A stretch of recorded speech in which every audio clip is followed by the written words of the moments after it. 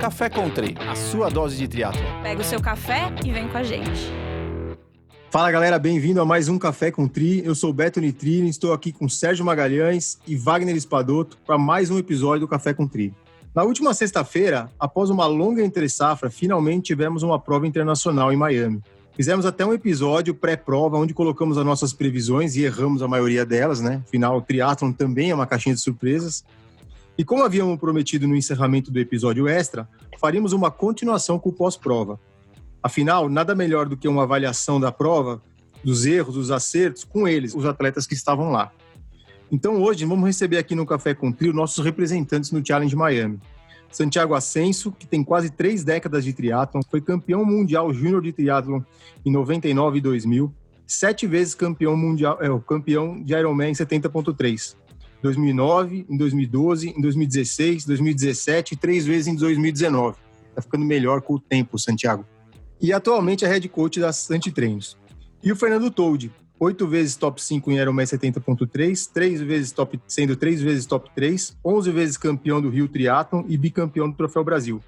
Santiago, Toldi, muito obrigado por terem aceito o nosso convite. Sejam muito bem-vindos aí ao Café com Tri. Obrigado. Acho que é sempre bom a gente estar falando de triatlon, quem é do meio, quem gosta, quem está ligado e vive disso aí, é sempre prazeroso. Vamos falar um pouquinho aqui da prova, do esporte em si. Estou às ordens aqui para qualquer dúvida e perguntas. Vamos lá. O pessoal está curioso para saber como é que foi a prova lá, né, Santiago e Fê? Vamos falar bastante sobre o que ninguém melhor que vocês que estiveram lá vivendo aquilo para contar para a gente um pouco como é que foi, né, Fê? Pô, primeiramente um prazer estar aqui, falando um pouco do que eu adoro, que é o triatlon, e muito bom estar voltando a competir. Estamos num ano difícil aí, mas vamos lá, vamos falar um pouco da prova e mandei as perguntas. Ó, eu queria abrir assim, todo mundo ouviu, né, que até o Ian Frodeno teve uns problemas para chegar lá em Miami, né, teve alguns problemas para entrar nos Estados Unidos. Eu vi também no canal da Lucy Charles e da Paula Findlay que todo mundo teve. Sempre é difícil viajar para competir, né? Com bicicleta, com tudo, sempre é um perrengue. E eles falaram que dessa vez estava muito mais difícil, né? Por causa de todas as coisas de Covid e tudo. Vocês tiveram algum contratempo para chegar? Como é que foi a viagem, a chegada lá em Miami? Aí, Fernando teve leve, né? Um pequeno, é. Bom, enfim, a gente fez uma aplicação, né, um NIC chama, não sei o que significa, mas é uma aplicação para atleta profissional e poder competir. Então, bom, na hora que eu fiz essa aplicação, eu coloquei os dados do meu passaporte brasileiro, só que eu tenho cidadania italiana. Então, quando eu vou para os Estados Unidos, eu já tenho o visto, né, pelo passaporte italiano. E na hora que eu fiz a aplicação, eu coloquei o número do passaporte brasileiro e tal, beleza. Aí cheguei lá, na hora que eu cheguei, passei ali na polícia para entrar, ele olhou assim e tal, falou, vai para aquela salinha lá, né? Eu falei, putz, deu problema aí, não vou ficar aqui, cara, ferrou.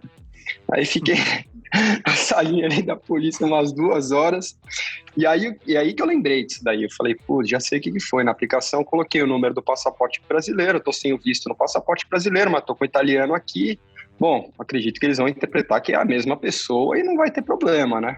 Então, só passei esse calorzinho lá, mas a questão de 2 horas eles já viram que a pessoa é a mesma, eu entrei, mas de resto foi tudo perfeito, assim. Foi muito legal tá com essa autorização e poder correr fora, foi demais.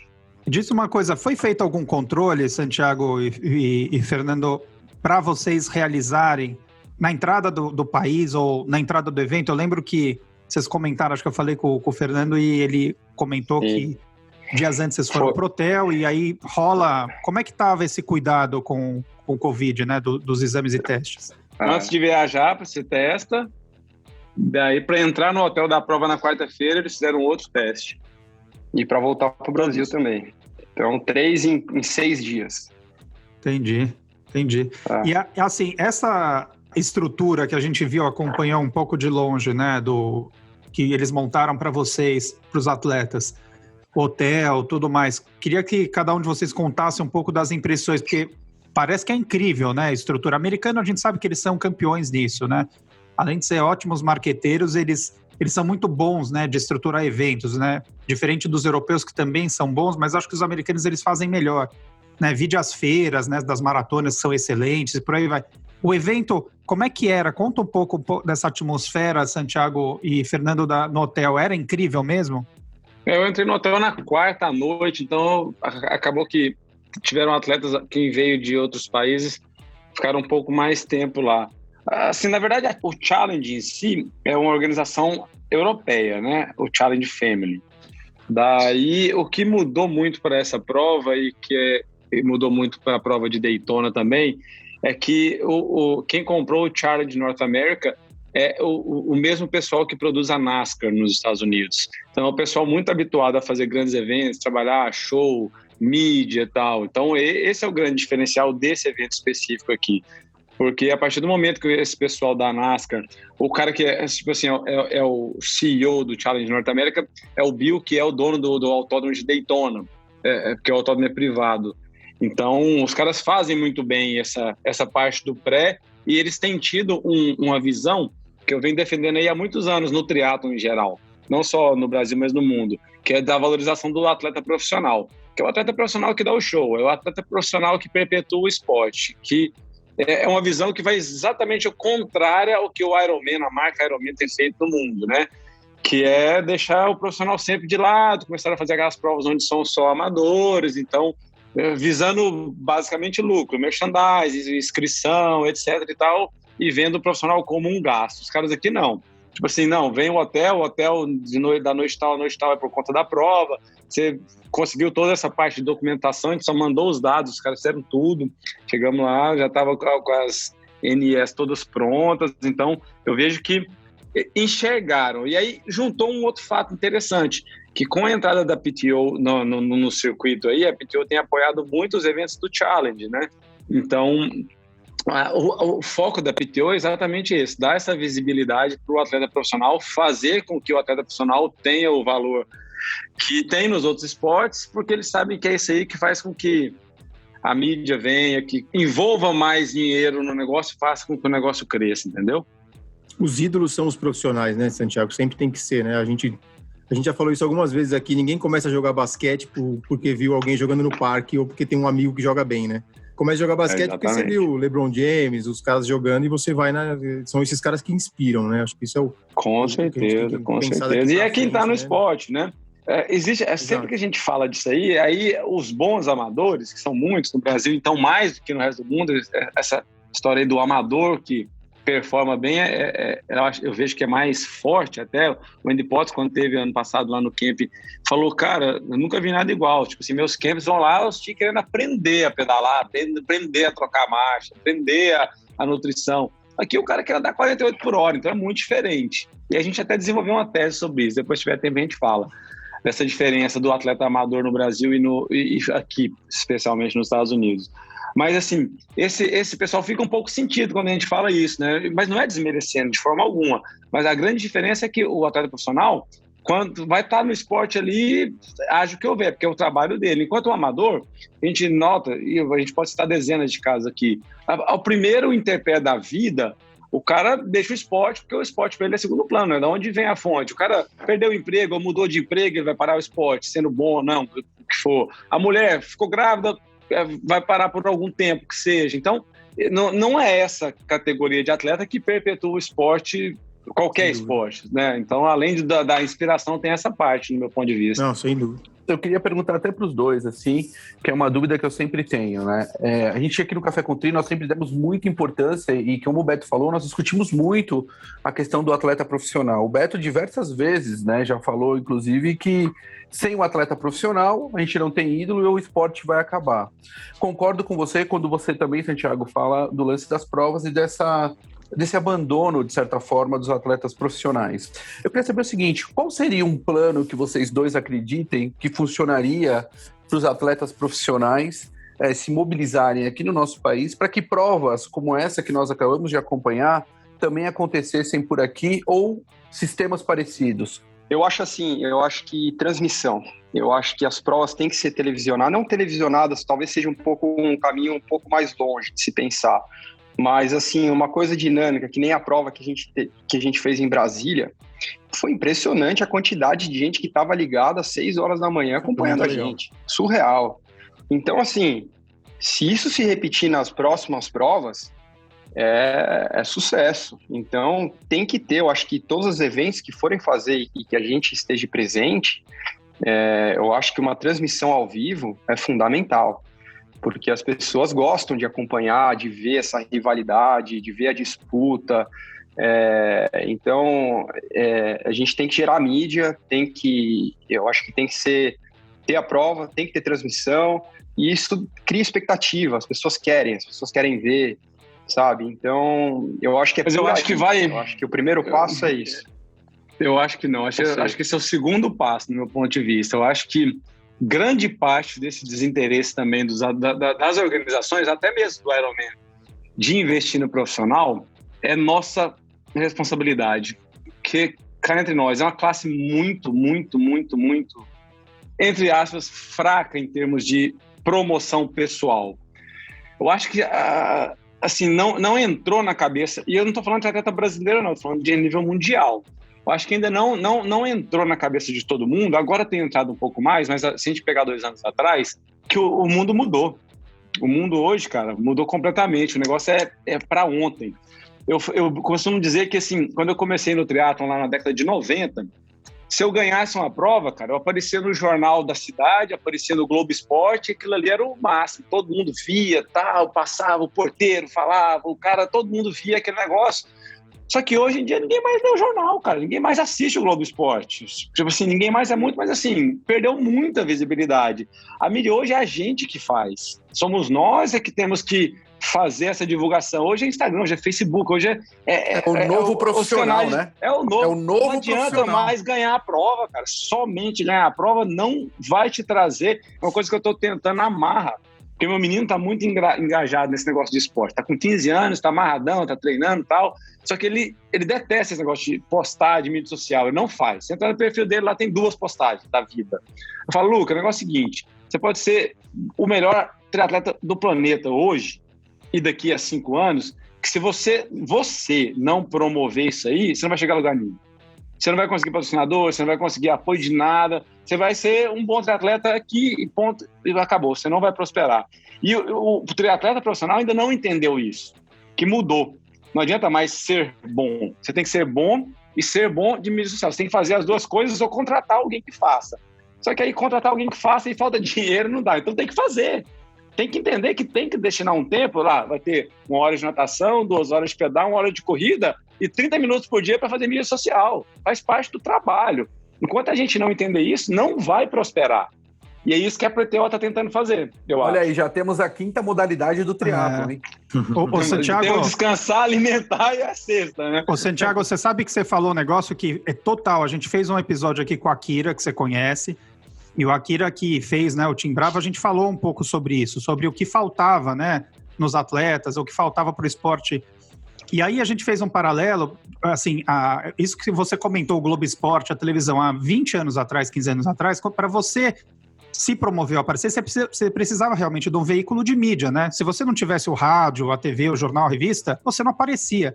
Hoje em dia é o que você falou, você não precisa mais disso, você tem o Instagram na tua mão, você tem o Facebook na tua mão.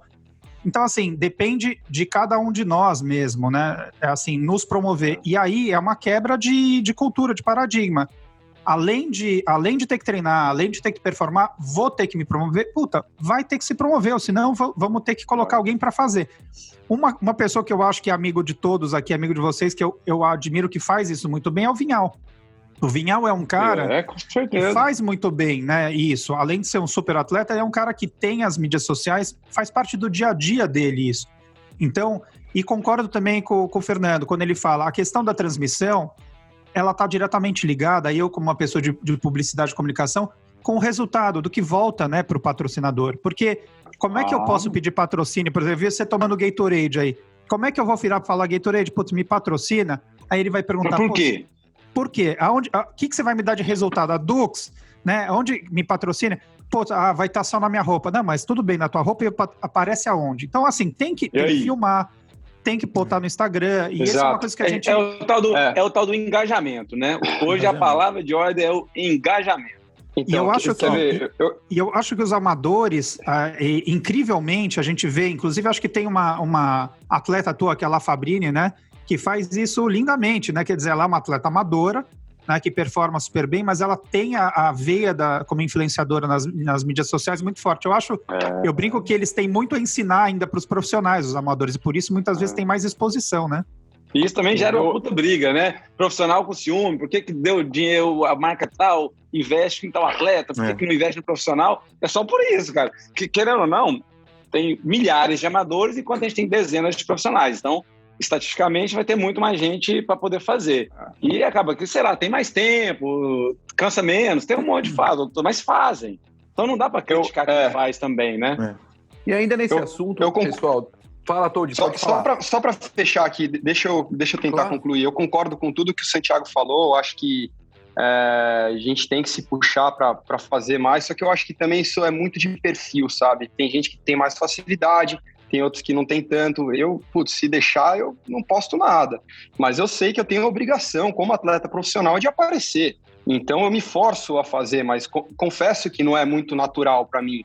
Mas posso estar errado, eu tenho que cada vez mais ter facilidade, me comunicar com o meu público. Eu sei que faz parte isso daí, faz parte.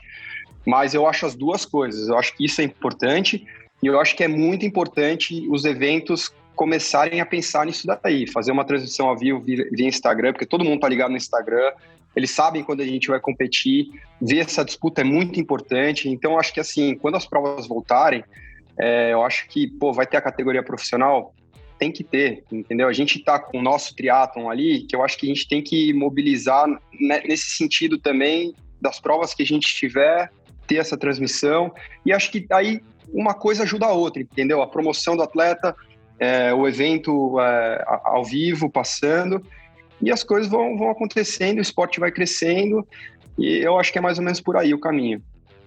Eu acho legal, eu concordo com você, mas tem um ponto muito importante, que nem na transmissão que teve de Brasília, que é a organização dessa transmissão. Então, é a mesma coisa que o Santiago falou, né? Para ter um engajamento cada vez maior, precisa ter uma transmissão que seja robusta, com pessoas envolvidas. Veja que lá fora, no Challenge, por exemplo, quem é, Betão, que estava transmitindo, você que sabe os nomes aí de cor e salteado? Vamos lá. Não, tava o Greg Bennett, né, fazendo o acompanhamento da prova, né, tinha uma outra atleta também, eu não lembro quem era agora. A feminina. Então, assim, e aqui também, no Brasil, caras pesados, né? Aqui no Brasil nós não tínhamos isso. Então a gente precisa realmente, além da transmissão, que eu acho muito importante, Tori, é ter pessoas envolvidas, engajadas, ou nomes de peso fazendo aquilo para dar credibilidade, para falar.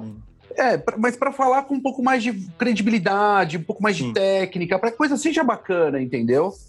Então vamos lá. Já aproveitar o gancho aqui. Como é que aconteceu o que aconteceu, por exemplo, nessa prova de dezembro, assim?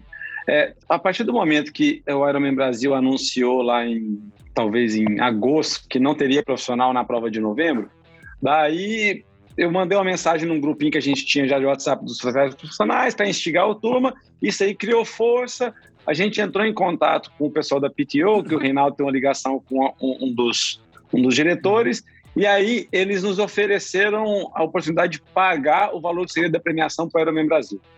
Começou aí. Aí nós procuramos o Galvão, que é o organizador do Ironman Brasil aqui, falamos a situação, que nós tínhamos que a PTO estava disposta a bancar, o Galvão ficou de falar com o Ironman International, falou, o Ironman International não aceitou. Falou que não pode ser assim. Então continuava sem profissional. Daí a gente passou para a PTO essa situação. E aí eles falaram, então vamos buscar um outro evento. Buscamos outro evento, falamos com o Café, que é o organizador do Challenge, ele topou. Só que aí o evento dele foi cancelado, bem perto da prova, isso já era quase dezembro, final de novembro, já em novembro. Aí a gente viu quais provas teriam a possibilidade de serem organizadas e o Sérgio da MKS era uma delas. Eu tenho uma proximidade com ele, estava em Goiânia, entramos em contato, Sérgio, eu tenho $15 mil para fazer a premiação, tal, topou. E a gente que se organizou. Então foi uma coisa muito improvisada, extremamente improvisada. Aí chegou o William com o celular, a Mariana Orrata com o iPad e fizeram o que deu ali. Daí, beleza, aconteceu, foi bom, teve um engajamento legal, só que extremamente amador, aquele negócio nas coxas total, né? Mas foi legal. Baixo, tal, foi legal, divertiu. Mas não pode ser assim. Se a gente quer fazer com que a coisa aconteça, não pode ser assim. Foi muito legal, diga-se de passagem. Essa é uma questão de né? Adaptar. Aí o que aconteceu? A gente agora conseguiu novamente essa verba. E a mais, nós conseguimos mais $5 mil para poder promover o evento de uma forma mais profissional. Legal. Então a gente vai ter um evento agora no primeiro semestre, a gente já tem até uma data aqui, que com essa zona que está, essa questão de pandemia aí, a gente possivelmente vai ter que escolher um outro evento, jogar para frente, mas agora nós teremos uma verba específica para divulgação. Porque, querendo ou não, o custo da operação, abertamente falando assim, é de R$40 mil. Então, em novembro a gente não tinha essa verba, sabe? Não tinha de onde tirar, não tinha tempo hábil de buscar patrocinador. E aí agora a própria PTO nos ofereceu isso aí meio que de pronto, a gente vai buscar um pouquinho ali para poder fechar e vai acontecer algo que deve ser muito mais bacana. Então, para o próximo evento a gente já vai conseguir fazer uma coisa bem estruturada, bem legalzinho. Agora vamos parar de nheco-nheco e vamos para a prova, Betão, por favor, que eles não falaram nada da prova, só estão aí enrolando. Não, tem muito assunto para discutir com esses caras. Isso, a gente entra no tema que a gente gosta, cara, a gente vai falando do que a gente gosta, a gente vai mudando, vai entrando, vira conversa, né, que a gente falou. Então, vamos tentar voltar aqui. Assim, queria a gente voltar agora para fazer uma análise da prova, né? Na natação, queria uma avaliação de vocês, como vocês se sentiram, né? Eu vi que o Santiago, né, o Wagner até comentou que saiu bem pela lateral, né, para de repente tentar pegar uma parte mais rasa ali, né? E parece que estava ventando pra caramba na natação, né? Teve uma dificuldade extra aí por isso também. Então eu queria que vocês falassem um pouquinho da natação aí, como vocês se sentiram, como foi a prova. No lago, né? Era um lago fechado, um lago teoricamente pequeno até, né? É um lago relativamente pequeno, né? Bem pequeno. Todd, conta aí, vai, que você já falou que você nadou mal pra caramba. Conta pra gente, vai. Tiraram os crocodilos antes, né? Fizeram uma limpa ali pra não ter perigo. Tinha que ter deixado, pô. Bom, vamos lá. Eu me posicionei, acho que do lado oposto de Santiago. Eu tentei marcar o Eric, que é um americano que nada muito bem. E falei, vou no pé dele, porque eu acho que vai ser bom. E, bom, enfim, quando largou, foi uma pancadaria só, assim, até a terceira boia. Nossa, nunca... Acho que foi a prova que eu mais tive dificuldade nesse lance de pancadaria, de aglomeração, de todo mundo saindo muito forte, um afundando o outro. Então, foi bem conturbado ter largado no canto direito. Eu perdi bastante colocação, fui ficando para trás e não estava com as melhores sensações na natação.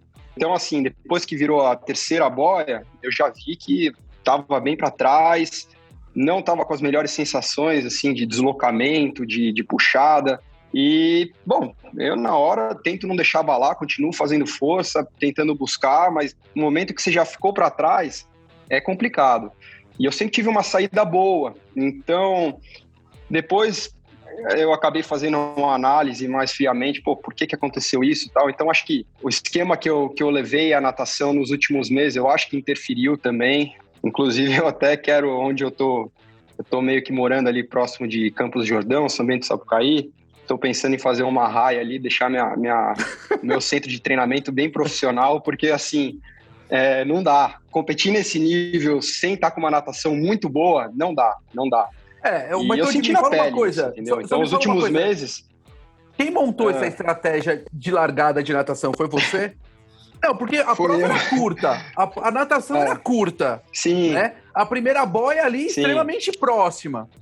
Em que momento você pensou que atletas que são nadadores e alguns vindo da ITU ia ser tranquilo chegar nas primeiras duas boias? Por exemplo, não tem como. Não.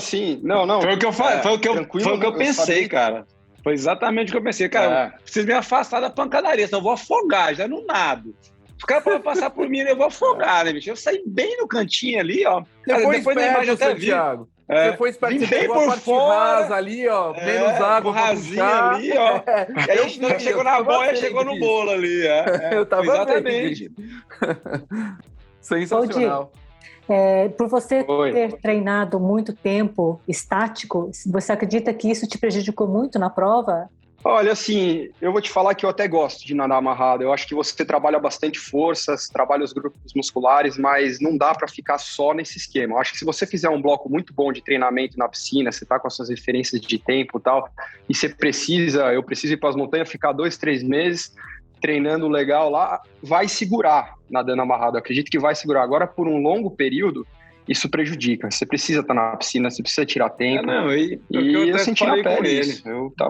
O que eu falei pro Tô. Tipo assim, ele falou, lá em Brasília eu vinha nadando amarrado há 2-3 meses e nadei bem. Aí chegou aqui, aí eu falei, cara, mas é outro field, é outro nível. Cara, não tem como competir com o cara que é o melhor do mundo, da história, talvez, nadando amarrado. Não tem jeito. Não tem. Eu sou amarrado nele. De referência. Eu sou amarrado nele. E olha lá que deve ser difícil. Então, a gente até falou sobre isso depois da prova. Eu tenho certeza que se fosse uma prova no Brasil, com a natação que ele tem, com a bagagem que ele tem, ele sairia ali no grupo tranquilamente. É que realmente o nível da prova era outro, né, cara? Do início ao fim. Do início ao fim. São outras referências. E a gente não tem o grande hábito de competir nesse nível, né? Porque ainda mais nos últimos anos, no último ano, foi péssimo. Então, essa referência, e às vezes nos assusta, né? Também. Se vocês tivessem que fazer algo diferente da natação, o Toldi e Santiago, primeiro o Toldi, já sabendo que não deu certo, o que você faria? Se fosse hoje a prova, o que você faria de diferente na natação? Primeiramente, eu já ia largar do outro lado. De cara, eu já ia fazer isso. E aí tentar sair forte, sair da confusão. E depois que a natação desenvolveu, eu vi já meio dividir os grupos, tentar achar um pé bom e nadar ali no vácuo e sair numa posição na melhor possível. Porque isso já muda completamente a dinâmica da prova, né? Uma coisa você sai mais na frente, mais bem posicionado, muda bastante a dinâmica da prova toda. Então, eu faria isso, de cara. Santiago. Eu não tenho muito o que fazer não, bicho. Era isso aí mesmo. Foi o que deu, é isso aí. Era isso aí mesmo. Não tinha muito pra onde correr, não. Talvez desse pra nada.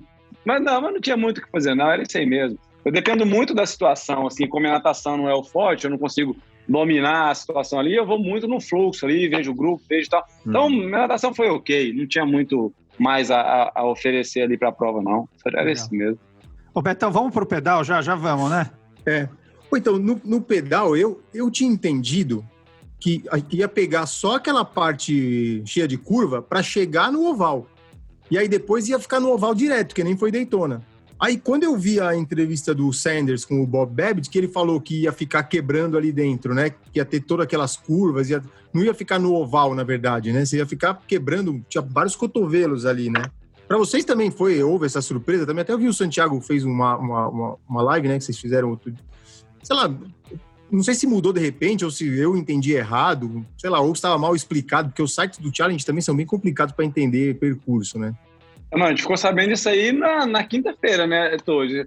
A gente abriu o negócio lá e ele falou, não, tem isso aqui. Eu falei, cara, mas pelo que eu tô entendendo aqui, acho que são todas as voltas nesse percurso aí. Mas mudou, não era assim. Depois eles falaram, mudou assim, faltando 7 dias para a prova, uma coisa assim, ninguém sabia.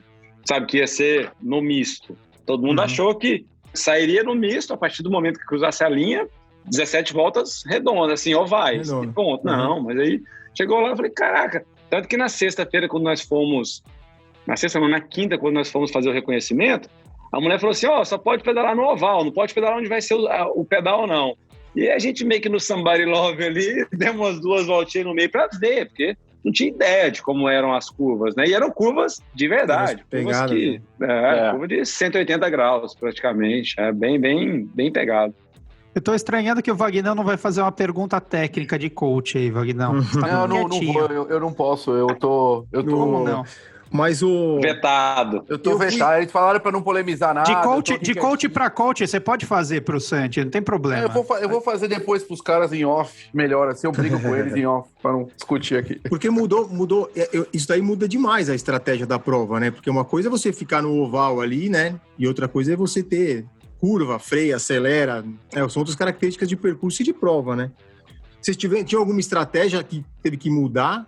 Vocês estavam com algumas métricas para seguir como é que vocês organizaram isso aí com essa mudança?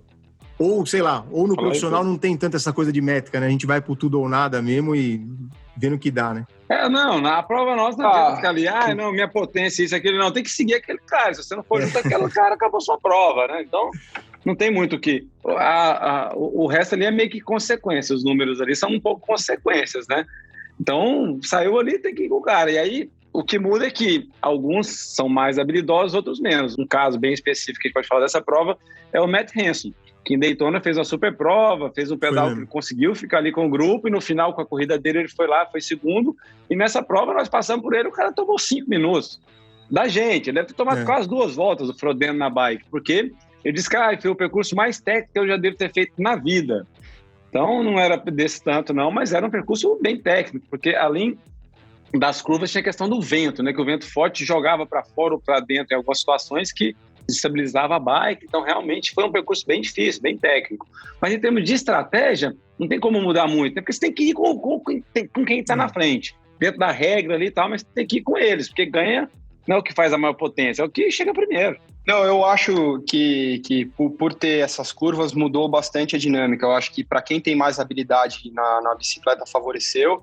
E também o lance de você mudar um pouco, às vezes numa curva você levanta da bike, muda um pouco a musculatura que você está trabalhando, assim. Então não fica tão maçante igual você está no oval, que você fica 100% do tempo clipado e machuca mais. Então, você até parar para analisar, eu dei uma olhada nos tempos ontem, você pega o Sanders, ele fez, assim, o 5º pedal da prova, ele é o cara que mais pedala. Você pega o Matt Hanson, que só pedala no rolo, pedalou, sei lá, o Santiago foi uns 4 minutos mais lento que a gente. Eu e o Santiago, a gente fez mais ou menos o 15º tempo de pedal da prova. Eu tô acostumado, pedalo bastante mountain bike e tal. Então, eu acho isso. Eu acho que se fosse só no oval, ia favorecer mais quem treina no rolo, assim, e quando fica um pouco mais técnico, eu acho que muda quem tem mais habilidade na bike.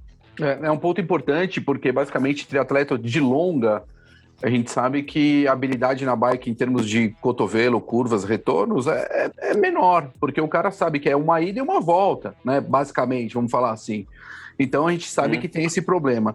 O Santiago falou que... eu concordo com o Santiago quando ele fala que no profissional você tem que seguir o cara, mas isso muitas vezes, Santiago, quando a gente está no pack da frente ali, aí sim você sabe que, ok, a potência ela não vai aparecer muito e eu não posso perder o cara, o meu paceline, enfim, a estratégia de prova está ali, né? E eu preciso realmente, muitas vezes, abandonar os números. Mas nós também sabemos que nós temos alguns números limites, né? E que se eu passo desses números limites, eu pago um preço muito grande, sabendo que eu tenho uma corrida depois. Eu estando lá no pack de trás, que nem era o caso de vocês não tinham nenhuma métrica definida para quanto vocês iriam fazer, mesmo com esse percurso que foi modificado, ou seja, que tinha aí os cotovelos, que tinha aí essas curvas de 90 graus? Assim, na verdade, eu estou muito habituado a andar no autódromo, então para mim não foi muita novidade, não. Então não tinha nenhum momento que você... Tipo assim, o VI deu 1.02, você não parava de pedalar mesmo, não. Você tinha que diminuir, sair do clipe em algumas situações ali, mas não era nada de outro planeta, não. Mas é claro, tem as métricas que já são básicas para nós, lá, não pode passar de tanto, pode chegar a tanto e tal. Mas o que acontece é o seguinte, a gente saiu num grupo ali, onde tinham 3 atletas que a gente sabe que buscariam, que eram atletas muito, muito fortes no ciclismo, que era o Sanders, o Andrew Drydes e o Tyler Butterfield. Então eu sabia que seriam caras fortes e que iriam por tudo ou nada, iriam tentar buscar lá o Sanders especialmente, né? Então a ideia era andar com essa turma aí o máximo que desse dentro da regra, que o grupo, querendo ou não, já aconteceu situações onde eu fiquei mais ligado nos números, mesmo saindo atrás, que eu fiquei mais ligado nos números e deixei o pelotão ir. Ah, não, tá fora do meu número, deixa o pelotão ir, depois eles vão pagar. Logo ali, eles buscaram quem tinha que buscar, estabilizaram, a média final dos caras, em termos de potência, foi algo que era tolerável, e eu fiquei sozinho atrás, tomei 6 minutos e perdeu a prova. Tipo assim, saí fora da briga. Então, mesmo tendo números para seguir, em alguns momentos você não pode ficar muito ligado a eles, não, e tem que ir para tudo ou nada e ver o que vira. Isso é o que eu penso. Agora, uma dúvida, vocês falaram que é outro nível, o Santiago falou, Todd, é de outro mundo mesmo? Quer dizer, o Frodeno, o cara é um extraterrestre, o Sanders, conta um pouco da experiência que vocês tiveram lá, desses caras, o que vocês viram, entendeu? Porque a gente fica olhando, obviamente, da tela e a gente percebe o nível desses caras, mas ninguém melhor que vocês para contar um pouco, né, desses extraterrestres aí, o que vocês viveram lá. Não, sem dúvida, o nível é impressionante. Eu acho assim, tinha um grupo ali, dá para falar, de Sanders, Frodeno, Ben Canuti, o Rudy, enfim. O pessoal tá andando muito forte, mas são referências, né? A gente tem que competir com os melhores. Eu acho que é assim que, para você evoluir, você tem que se puxar, você tem que ser humilde, tomar na cabeça, ver a diferença que a gente tá e correr atrás, entendeu?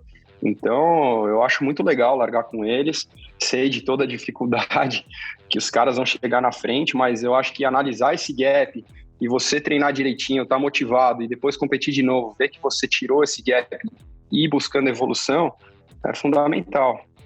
Agora... eu já, assim, são duas situações de prova muito, muito distintas, né, desses dois atletas aí que a gente falou aí, do Frodeno e do Sanders.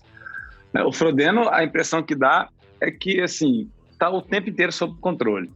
Tipo assim, ele estava em primeiro, aí veio o Andrew Starkovic de trás, buscando, chegou nele, passou, pôs um ritmo que estava um pouco mais forte que o dele, ele falou assim, não, pera lá que não é bagunçado assim não, deixa eu ir junto. Foi com o cara, bicho, normalmente. A gente tá falando de ir a 47,3 km por hora, cara. O cara deve ter, sei lá, pedalado para... Realmente é outro nível. Já o Sanders não, né, cara? Aquele cara que é faca no pescoço o tempo inteiro, cara. O que mais me impressiona nele, talvez até mais que o Frodeno, é o quanto ele consegue tolerar o sofrimento, né, cara? E que a prova do cara é sofrer do início ao fim, bicho. O cara assim, cada passada ele sofre, do início ao fim, bicho. Enquanto o outro tá ali, ó. O outro passa assim, ó. Tá ali, parecendo estar no sofá de casa. Ele passou correndo também, né, depois. Tipo assim, eu tava na curva, ele falou assim, tô indo por dentro. Eu abri, né, a mesinha, ele passou, valeu. Assim, valeu mesmo, conversando. Aí eu até fui com ele ali, ele foi abrindo devagarzinho ali, controlado, cara, controlado. Já o outro, que vai dar câmera o tempo inteiro, você acha, né? Então, são situações bem interessantes de analisar, porque são distintas. É muito, muito, muito interessante. Não, mas, assim, realmente, nível é surreal, cara.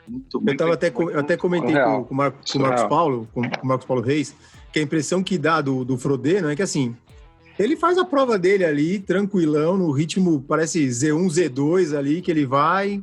Cara, se alguém quiser vir junto, pode vir. Se aguentar, aguentou. E se precisar apertar, ele tem muito para apertar ainda, né? A impressão que dá é essa. Ele tava conversando. Tem uma hora que o Greg Bennett estava na moto ali do lado, ele tava conversando com o cara da moto, correndo. Tipo, dando risada, entendeu? Então, a impressão que dá é que ele tá totalmente sob controle e se precisar apertar, ele aperta muito ainda. E o Betão, e a paradinha, aquela quebradinha para pegar acho que foi o gel que caiu. Puta! Aquela freada. Mas foi na minha frente, foi exatamente na minha frente. Se o Betão dá aquela parada lá, já dá um bico de papagaio nele na posterior, hora. Dá aquela parada posterior da fita na hora. Ele não levanta mais ali com o gel na mão. Pessoal, deixa eu perguntar uma coisa aqui que eu tenho uma curiosidade. O que falta para nós, seja em termos de treinamento, seja em termos de material, seja em termos de que tipo de evolução que vocês acham que falta para nós brasileiros atingirmos um nível superior? Nem digo o nível dos caras, mas um nível superior, um degrau acima. Eu acho que hoje começa pela falta de evento, né? Porque, assim, na Alemanha, que talvez hoje seja o país, em termos de força de triatlo mais forte de nível técnico, assim, existe uma estrutura muito, muito bacana por trás, né? Assim, que vem das categorias de base, dos clubes, até chegar aos atletas de elite. Então, acho que a peneira dos caras, ela é muito mais... Passa muito mais gente para esse nível do que para nós aqui, né? Porque se nós contarmos hoje, nos últimos 10 anos, quem surgiu de atleta profissional brasileiro? É pouquíssima gente, cara. É pouquíssima gente. E que se hoje nós não tivéssemos o apoio de clubes como o Pinheiros e o SESI e das Forças Armadas, cara, fudeu. Teria triatlo no Brasil. Tinha acabado o triatlo brasileiro. O triatlo profissional teria acabado. Se não fosse Pinheiros, SESI e as Forças Armadas, e aí tem uma pequena parcela que tem um auxílio que é via Confederação de COB também. Mas para a gente ver, instituições assim, públicas, não tem investimento privado no negócio, no business. É claro que, assim, eu noto que ao longo das décadas isso foi se perdendo, porque já houve muito investimento privado aí, né? Então, aí a gente entra em questões políticas e tal, é muito mais delicado. Mas hoje o que nos falta, eu acho que é investimento geral, falta dinheiro para investir na base, para investir nas provas e nas duas pontas, né? Na base e no profissional hoje, e com os eventos no meio. Eu acho que é o que nos limita muito hoje. Concordo. Não, acho que não tem nem o que falar. Acho que o Santiago disse tudo. Concordo completamente. Acho que é por aí mesmo. Eu queria saber quais as próximas provas, saindo um pouco da prova lá do Challenge, que vocês têm na agenda, né? A gente sabe do risco do Covid, a gente estava batendo um papo antes aqui, Wagner comentou, né, que parece que a coisa está piorando ainda, mais piorando do que bastante. Já está ruim, piorando bastante. Vocês têm alguma coisa na agenda ou não, por enquanto? Porque a princípio não temos nada, né? E eu queria que o Todd contasse um pouco dessa vida no campo dele, de Daniel Boone aí, além de ficar fazendo, como é que fala? Serralheria, montando... trabalhos manuais, né? Trabalho, como é que é? Patchwork, esse tipo de coisa. O cara virou, meu... O cara virou Robinson Crusoe, né, meu? A pandemia aflorou minha criatividade aí, tive mais tempo, passei a investir ali no meu centrinho de treinamento. A minha família lá tem terreno já há muito tempo e é um lugar privilegiado, assim, eu posso dizer. Eu estou a 1.700 metros de altitude e é incrível lá para pedalar, assim, as estradas, muita altimetria. Eu gosto de mountain bike também, tem muita estrada de terra. E assim, há 2 anos atrás eu estava aqui em São Paulo pedalando muito indoor, rolo, porque não tem muita opção, a não ser a ciclovia, que o acesso para mim aqui também é um pouco longe. E eu resolvi, falei, vou investir lá, pô, estou na altitude, com ar puro, gosto do lugar, eu sei que eu tenho que, indo para prova de longa distância, tem que treinar muito pedal, muito corrida, e seria muito melhor para minha carreira. Então eu resolvi ir para lá, montar uma estrutura para mim. E quando começou a pandemia, eu fiquei lá de não voltar, assim. Fiquei 8 meses direto. E eu acho que, assim, foi bom, tá sendo bom. E é um lugar que eu gosto muito de estar lá. Enfim, aí, pô, quando começou tudo isso, as piscinas foram fechadas. Arrumei uma piscininha pequena para nadar, fazer a natação estacionária, quebrou um baita galho. E é isso. Eu tô praticamente full time lá, treinando. E de agenda, Todd, para esse ano, o que você tem aí? Então, vamos ver como é que vai desenrolar aí com a pandemia. A princípio, dia 18, né, Santiago, de abril, teria a prova lá em Brasília, que a PTO ia entrar ajudando, que vale como campeonato brasileiro, meio Iron. Mas eu acho que é muito difícil acontecer essa prova. Mas eu já vou correr dia 2 de maio, tem o Challenge Cancún. Então, o foco está total para essa prova aí, tá perto, né? E esse ano vai ser o ano que eu vou estrear no Ironman também. Então, estou super empolgado aí de ir para longa distância. Então é isso. Com quem que você está treinando, Todd, agora? Eu tô com o Emerson. Não, eu tô com o Emerson da MPR. Eu comecei com ele, né, em 2009, e eu me dou muito bem com ele. Depois troquei muito de treinador, treinei sozinho também. Por um tempo, a gente começou a se falar mais assim no ano passado e tá indo bem, gosto muito dos feedbacks que ele me dá, a gente conversa bastante, então tá sendo legal. Bacana. E Todd, quando começa a sua preparação para maio? Já começou. Já começou? Deixa eu voltar um pouquinho. Estou em São Paulo agora. Calma aí que eu preciso apresentar. A gente apresentou no início do programa, o Betão não falou Marisa, e a gente precisa aqui apresentar que quem está falando não é Érica Magris, e é a nossa querida Marisa, que agora está conosco no Café com Tri, está aqui com a gente, sempre assistindo, e por isso essa voz feminina belíssima aqui, falando com a gente. É isso aí, Má. Obrigada. Todd, conta pra gente aí, você deu uma volta a mais no percurso de bike. Tava fácil. Então, quando se deu conta de que você cometeu esse erro? E assim, como é que foi lidar com esse emocional e depois ter que sair para correr? Bom, vamos lá, foi difícil, foi assim, digerir isso aí, ainda tento nem lembrar muito, já focar na próxima, mas Eu, assim, no começo do pedal, eu estava muito em cima de número, de potência. Eu fugi um pouco do que o Santiago falou de ir atrás. Eu comecei já o pedal forte, o Santiago até me passou, fiquei na minha e fui ganhando posições, fiquei bem em cima do que eu comecei e estava controlando bastante o número de voltas, até mais ou menos a 10ª volta. Acho que de 30ª colocação, eu fui para a última volta mais ou menos em 20º. Então, o pedal foi um pedal sólido, eu gostei, eu achei que foi bom. A gente não dá para fazer mágica também, então o que eu treinei eu consegui executar. Só que o lance de ter sido 17 voltas, e eu acho que teve alguma variação no GPS também, porque na última volta eu já estava um pouco de dúvida, porque eu passei a última volta com 60,7, 60,8 quilômetros. E eu sabia que eram 63, né? Então isso me confundiu um pouco e na hora, com medo de entrar antes, e também um outro erro que eu cometi foi que eu passei o Santiago no finalzinho, ele até falou para mim que viu eu passar, eu na hora não escutei também.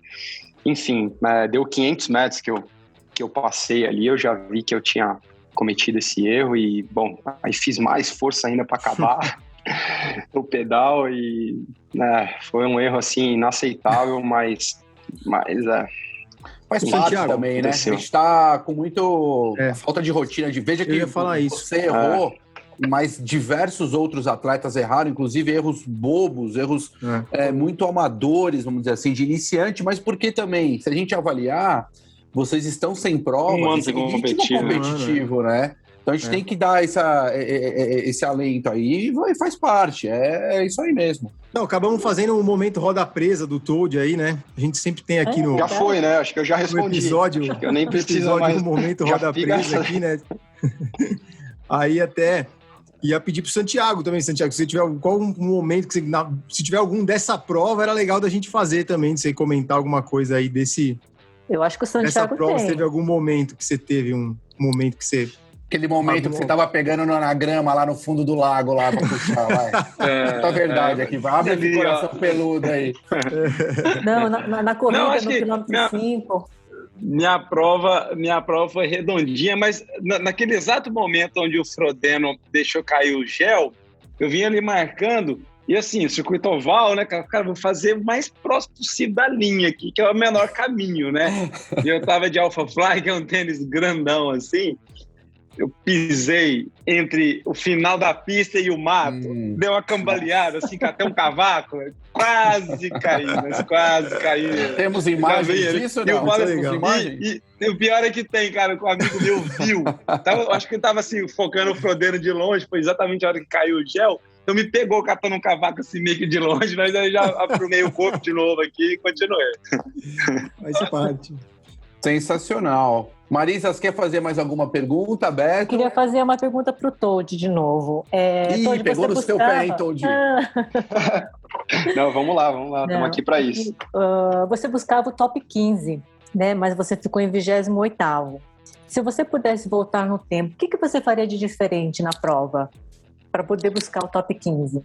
Bom, depois que passar a prova fica um pouco mais fácil de analisar, né? Mas primeiramente eu ia largar do outro lado, com certeza não ia errar de novo o percurso, e eu acho que aí eu teria reais chances de buscar uma colocação, assim, um top 15, tudo tinha que dar certo. Eu acho que com a natação que eu executei lá e que eu acho que eu perdi um pouquinho, seria um pouco difícil, mas, enfim, seriam essas duas coisas. Eu acho que me posicionar melhor na água, e é isso, e disputar a prova ali para buscar essa colocação.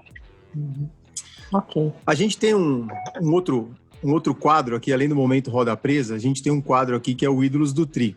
Eu acabei de ver aí no fundo da tela do Santiago, Carlos Dolabella passando ali no fundo, que, porra... Tá aí.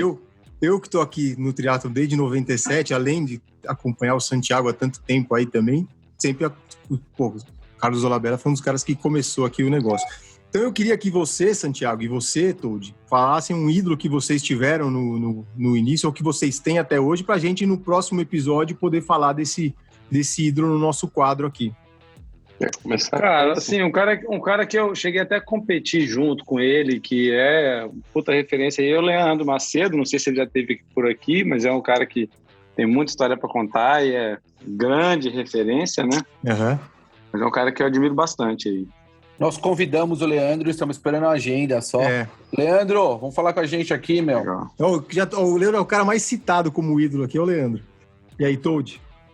Eu se fosse para dizer não ia nem falar do triatlon. Eu acho que o Avancini, é um cara muito profissional e um cara que vem conquistando muita coisa com mountain bike aqui no Brasil.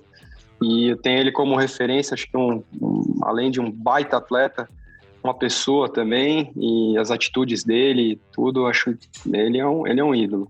Muito legal. Ídolo é isso aí. Isso aí é fera brava. Então, hoje, para fazer o nosso Ídolos do Tri aqui, eu vou citar hoje aqui uma atleta, a rainha de Kona, Paula Newby Fraser, que muita gente não sabe, né? Mas ela é nascida no Zimbábue, começou na natação, né? E depois foi para o triatlon. Tem várias indicações, ficou entre os top 5 atletas femininos do mundo, numa indicação que eles fizeram nos Estados Unidos dos anos de 1972 a 1997. Em 12 anos, ela disputou 26 provas de Ironman, ganhou 21. Então, ela foi 8 vezes campeão de Kona, uma vez vice em Kona, 2 vezes terceira colocada, bateu o recorde em meia maratona, teve o recorde da prova até 2013 em Kona. Então, é uma atleta sensacional aí, que a gente hoje fala da dominância da RIF, né? E a Paula Newby Fraser sempre foi uma atleta que teve uma dominância muito grande no período dela. Então, legal de quem quiser conhecer, buscar na internet, eu vou colocar os links aí também no episódio. Sensacional, é isso então, Betão? É isso, então eu queria agradecer muito a presença do Santiago, o cara que, acompanho desde 97 aí que eu tô aqui, já vejo o Santiago correndo lá. O Toad tem uma história do Toad que eu vou contar. O Toad começou... os caras estão no teu pé, Toad. Você tá lascado. O Toad começou em 2009. Você nunca mais vai errar a volta, Toad. Nunca mais. Nunca mais, nunca mais. Eu lembro do Toad em 2009, quando ele começou na elite amador do Troféu Brasil, e a gente tinha começado o Strava, mais ou menos nessa época, e eu tinha o com do retão da USP aqui, que um dia eu tinha feito, e ele tomou meu com. Era o único com que eu tinha, que tinha acabado de abrir o Strava, e ele tomou meu com aquela vez. Só uma curiosidade. Tem umas histórias do Toad também, quando ele começou lá na NPR, mas eu não vou contar. Isso aí é muito legal. Deixar pro episódio só das loucuras do Toad. E fica o convite aqui pro Santiago também, logo voltar aqui pra gente fazer um café com coach com o Santiago também, que é eu vou falar, hein, Santiago. Também. Tem umas perguntas aqui que eu queria fazer que os caras não deixaram, falaram, isso aí tem que ser um café com coach. Café com coach. Não pode entrar. Não, eu tenho que respeitar. Eu sou um mero empregado aqui, Santiago.